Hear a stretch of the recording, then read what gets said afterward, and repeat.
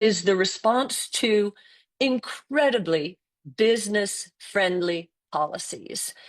So we think animal spirits are going to take off. And as I mentioned before, the cost of innovation is collapsing. So we think entrepreneurial zeal is going to have a heyday. So we're pretty excited about that outlook. And our confidence in it is growing. What's interesting short term is many people are saying interest rates higher for longer, higher for longer. As you can see, the long rate is starting to go down. It's telegraphing something.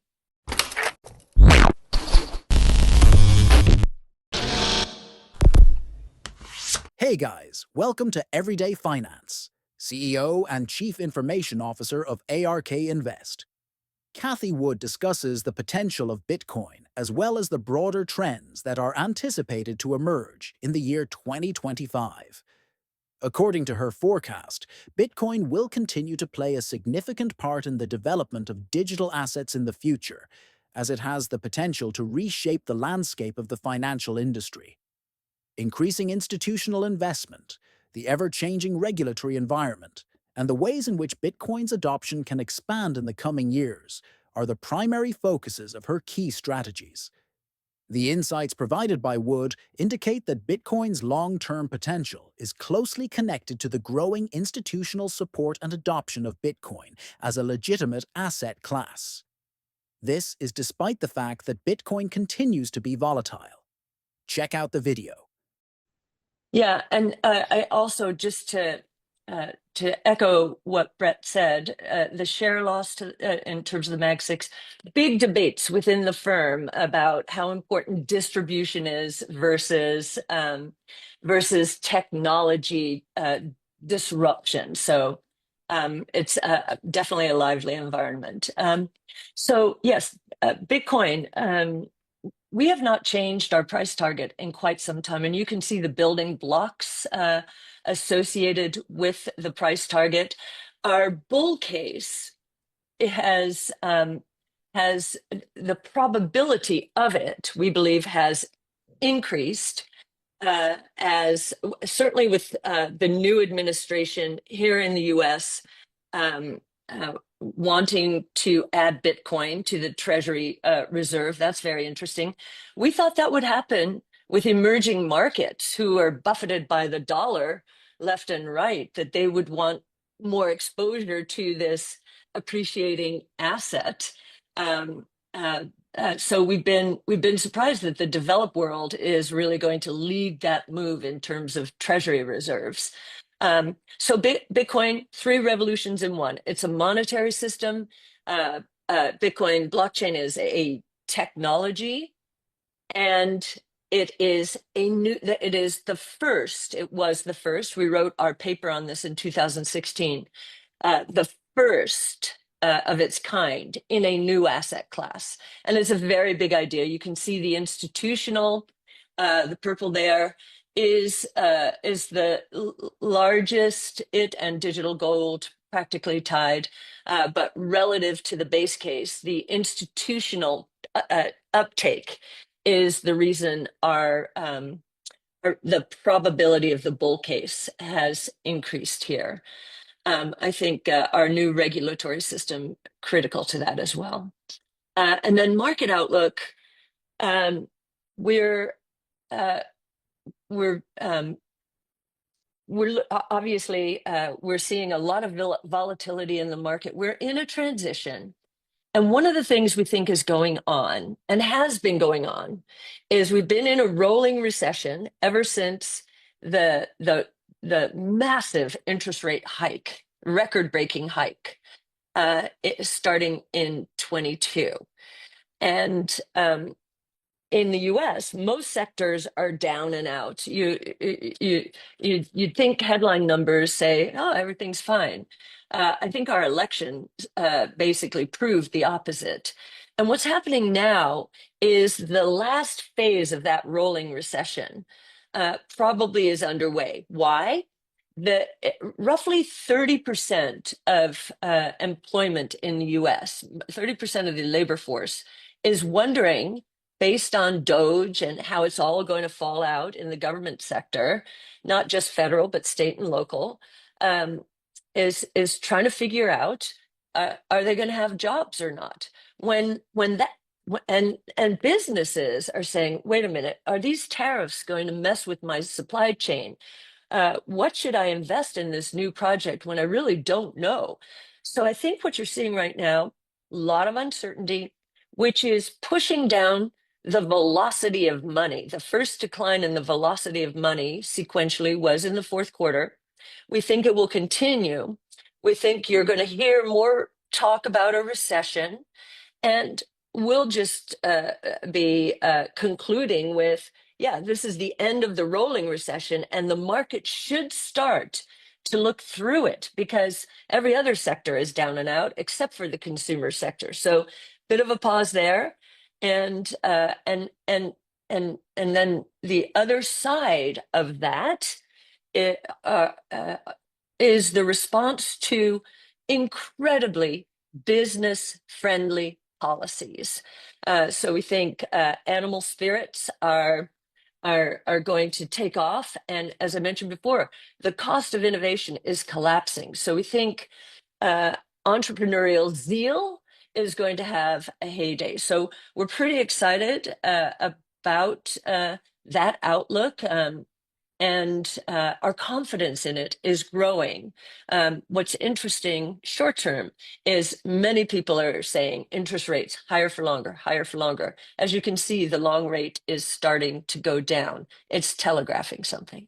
A strategic cryptocurrency reserve in the United States could significantly increase the market capitalization of Bitcoin by approximately 25%, which is equivalent to $460 billion, according to research conducted by Sygnum Bank. This reserve would involve the United States government creating a national cryptocurrency stockpile, which could result in a buying spree that is worth multiple billions of dollars and could potentially cause a significant increase in the price of Bitcoin, with estimates suggesting that it could have a 20x multiplier effect.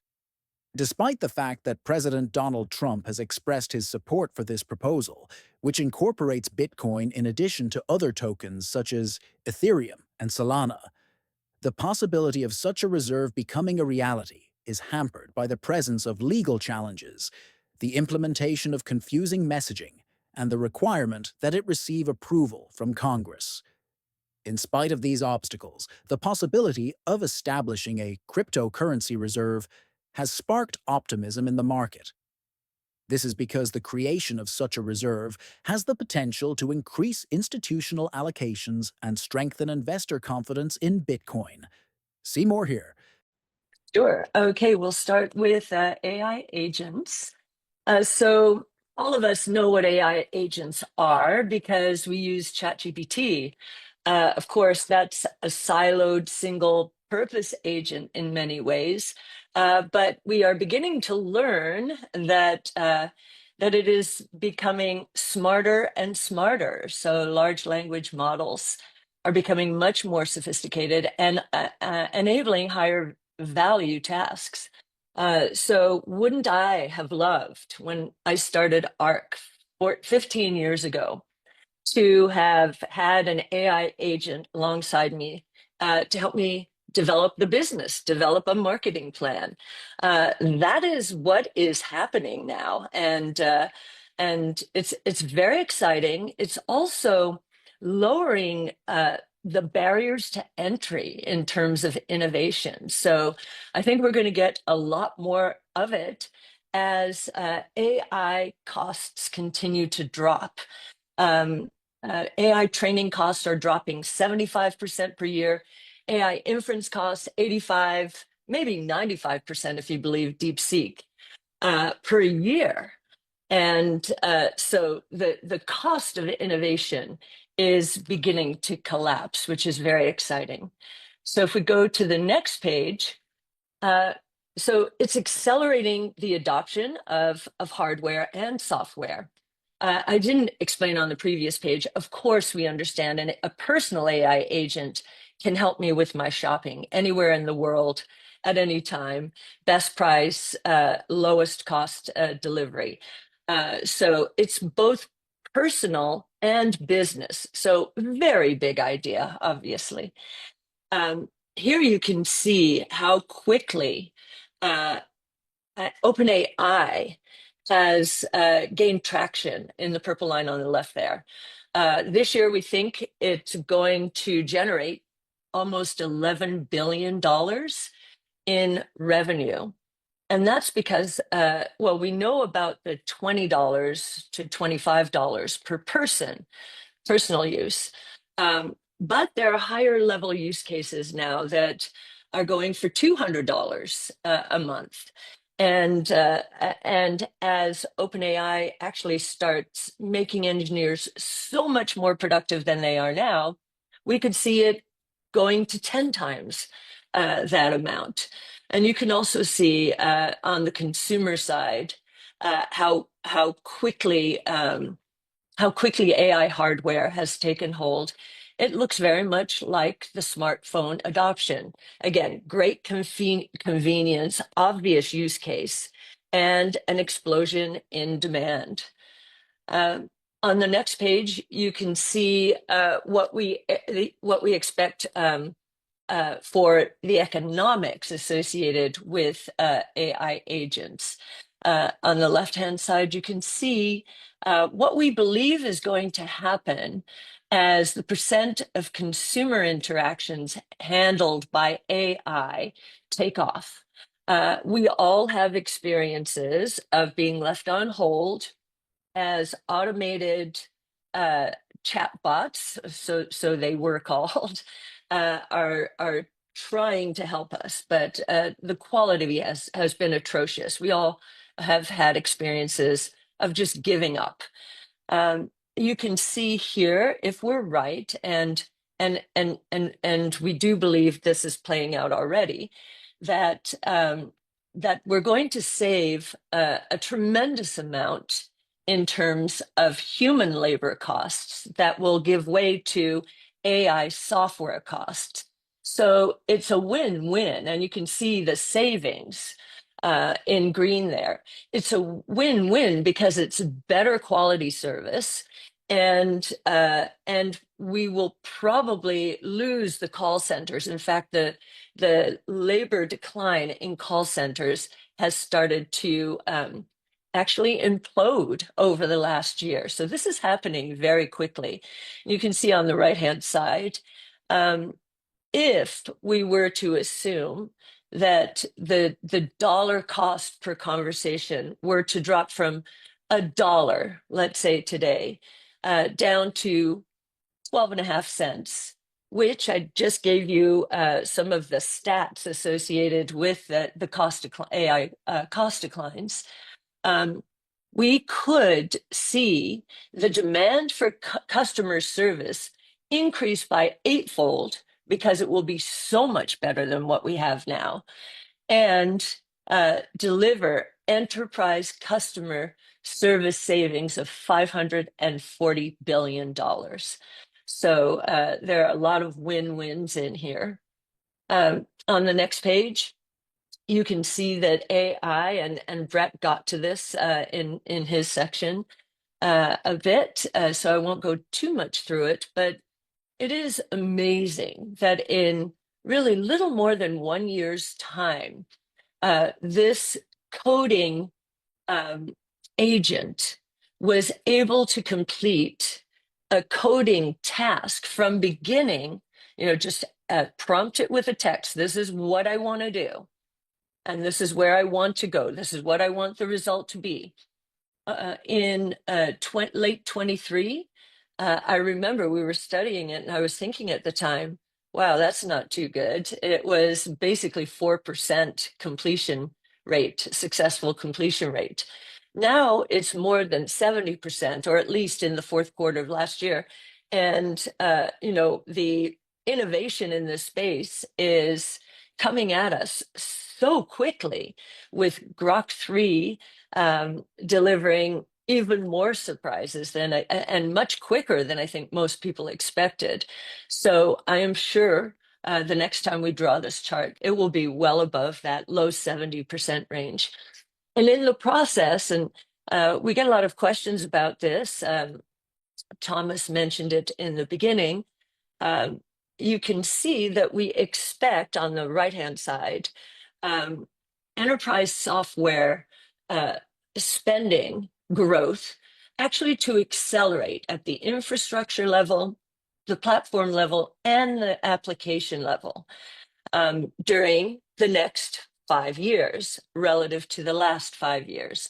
But on the bottom part of that chart, you'll see that we expect the platform layer to take share over time. It already is. And I think that's one reason why a company like Palantir has just taken off in a way that most people wouldn't expect.